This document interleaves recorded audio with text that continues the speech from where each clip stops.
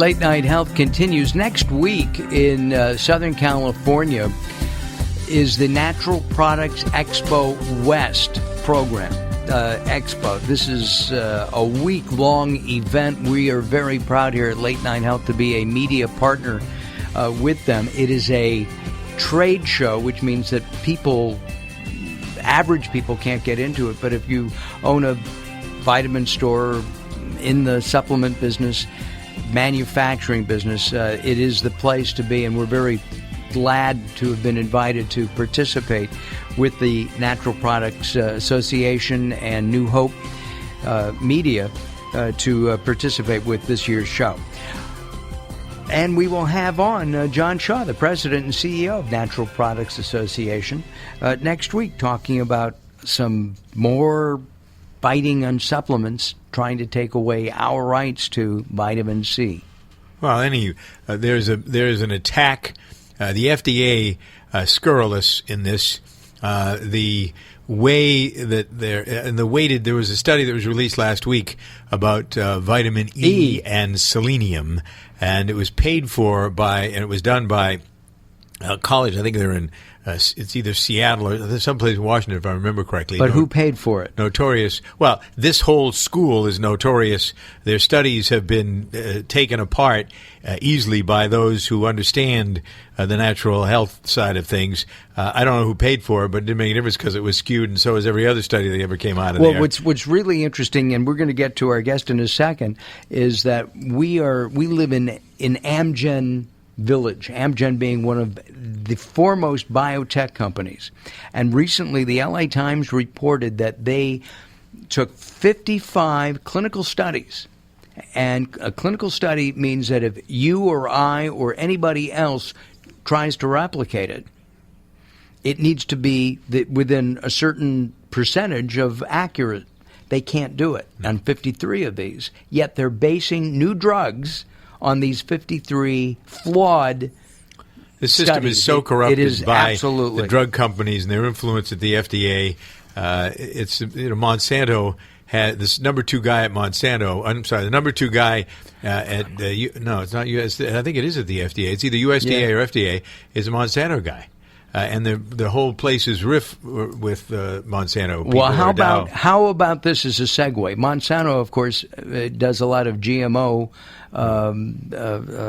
seeds. Yeah. And our next guest, Katy Martin, is a chef, MBA, registered dietitian, and who knows what else she's got after her name. Katy, welcome to Late Night Health. GMO, will you ever cook with that? A product that is genetically modified? You know, it's a challenging issue because the problem is at this point, so many GMO products are not necessarily labeled. Personally, I try to avoid them, but it takes a lot of research, a little bit beyond even what the label has to say. So, we're really looking forward to the day when, GMO products have to be labeled by law. It'll make our jobs a lot easier. Yeah, but if you have people like Monsanto, who here in California spent millions and millions of dollars to defeat a proposition that would have required that foods just be labeled with what's in them and where they come from, and the outrage of that was that they had the gall to say the farmers didn't want it because it would be too much work for them, and people bought that crap. It was it's awful. It's terrible. My God. And Ventura and Bill Frank will correct me. I think agriculture is the second or third largest industry in Ventura County. Third behind the military and oil and gas. Oil and gas and then military and then agriculture, farming here in Ventura County, California. All right. Katy, you've suffered from celiac disease. What is celiac disease? And you haven't eaten bread in 16 years? Well, I like to tell people I don't suffer from any disease. I have celiac. It's a gluten intolerance. It's genetic, so it's been lovingly passed down from my grandmother to my mother to me, and our whole family. We have this, and it restricts us from eating wheat, rye, barley, and contaminated oats. So it seems, at the first glance, you think, well, I can't eat anything, but I manage to get, lots of healthy meals. And a lot of those include all sorts of gluten-free grains. Those are, popular grains like rice, brown rice, corn, buckwheat, lentils, and then some and lentils. Of course, lentils are a legume, and you can make flour out of almost anything that can be dried. So you can do a lot of things with products that are naturally gluten-free. What about the taste? What about the taste of some of these things? Because I eat for taste. If it tastes good, I'm going to drink it or eat it. Mm-hmm. And even though I know it may not be as good for me. A lot of people, when they think of gluten-free, I think what they realize is what they like about gluten, products with gluten in it, is the texture.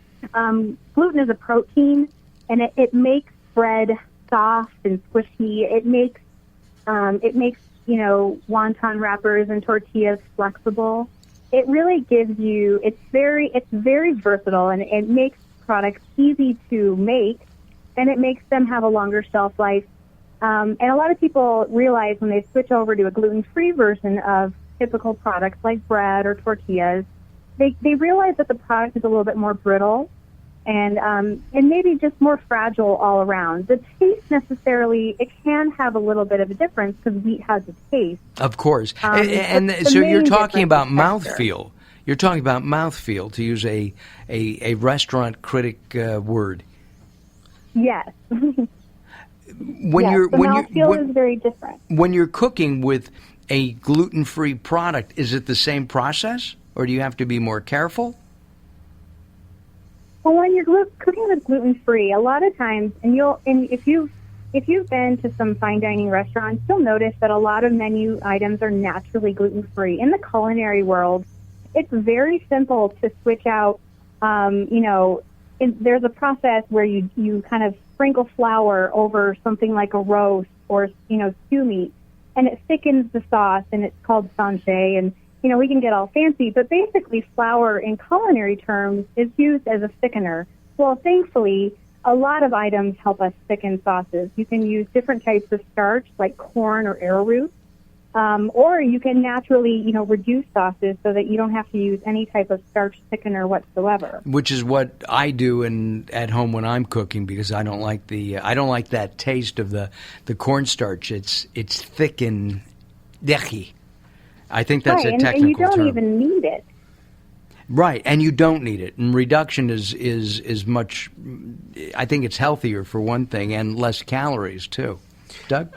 Katy, I have the same affliction, not so bad. I've had bouts with celiac and tried to find gluten-free foods, and sometimes I sort of steer away from it, and then there's a wake-up call. The other day I had a veggie burger in a place, and I had a roll. The veggie burger was on a roll, and I hadn't had a roll for a long time. When I have a cheese sandwich, I can always make it with gluten-free. You can always find some gluten-free bread around, but rolls and things are fine. What about milk-free, dairy-free cheese? That's not easy. I mean, I'm not. I have one of the things that we've been talking about, Katy, is I have a dairy farm outside of Boston, a town called Framingham, Massachusetts. I sell raw milk there and cheeses and ice cream and that sort of thing. Mm-hmm. And people come to the farm to get milk because it is, for people who are lactose intolerant, this is the answer. You want dairy, this is the answer to being lactose intolerant. But it also does a lot of other things for you that will help. If you need to be gluten-free, then there are things that come with the milk that help you make up what you're missing in some of the other aspects of floured products that might be good for you.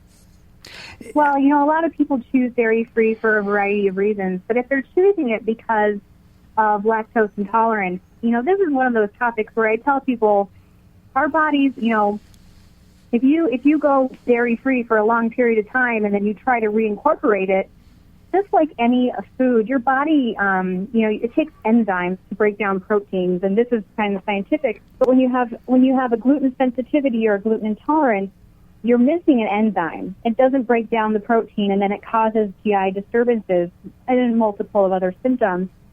But when the same thing is true for casein, which is the protein in dairy. And if you go away from it for a while, your body kind of thinks, hey, I don't need to make this enzyme. And they stop making it. And so when you try to reintroduce it, it's difficult. there's lots of solutions. A lot of people swear by going for lactose, the dairy that has lactose broken down within it. But I always tell people the best thing is to go to the source. Get a product that's as close to nature as possible. And in whole unpasteurized milk, you've got a great balance of healthy fats, pure sugars. Everything is in balance the way nature intended it. You have the best thing for the body. In looking at your background, you have a traditional or even an allopathic background educationally, but you're talking alternative stuff right here. How do you combine the two? Well, you cannot overlook for that, traditional training. And in culinary schools, they teach you wonderful fundamentals. But when you get out of school and you're choosing your own ingredients, that's where you get to have a little bit more freedom and, hopefully, work with people that are like-minded. I have worked with a variety of ingredients, and I've used a lot of products that have been, modified or processed, and I realized through my own journey that they don't make me feel good. And then, that's not something I want to encourage someone else to put in their body if I can see that, what you put in your body, it affects who you become. And, I always tell people a little bit of indulgence goes a long way, but if something is based in nature, it, obviously there are certain things from nature that are unhealthy, but when you're looking at what you're putting on your plate, if you can find it closer to the source, more likely than not, it's going to be more nutrient dense, which is kind of what my whole motto is that you don't have to eat products that have a food label on them. And if you do, you should read them to know exactly what they're putting in their products that you take home. Right. A few weeks ago, I did an interview with a doctor, a medical doctor, who discovered the sins of cottonseed oil. Cottonseed oil is in everything. They feed it to cattle, they feed it to chickens, and they put it in potato chips. And I'm watching it because it's something that can trigger, may trigger, might trigger Alzheimer's at the very extreme. Plus, just a whole rash of other situations. Cottonseed oil is bad. It's just not a good thing. It's a polyunsaturated. Yeah, doesn't break down. We all look. And there's some poisons in it as well. Are there? Yeah. Yeah. Go ahead, Well, Katie. and when it comes to the food industry, we have to remember that we've gone through a lot of different, financial depressions, and nutrition is a science that's relatively young, and we're sort of catching up. And it's kind of. I don't think it's a science. I think it's more of an art form. We'll talk about that. We'll also talk about how gluten-free pasta tastes. You're going to be sampling some of that at the Natural Products Expo West next week from Tolerant Foods. So we'll be talking about that coming up. Doug, Stephan, and I are in studio here at Late Night Health. Join us at latenighthealth.com. I'm Mark Alyn. We will continue. Don't go away. Much more coming up.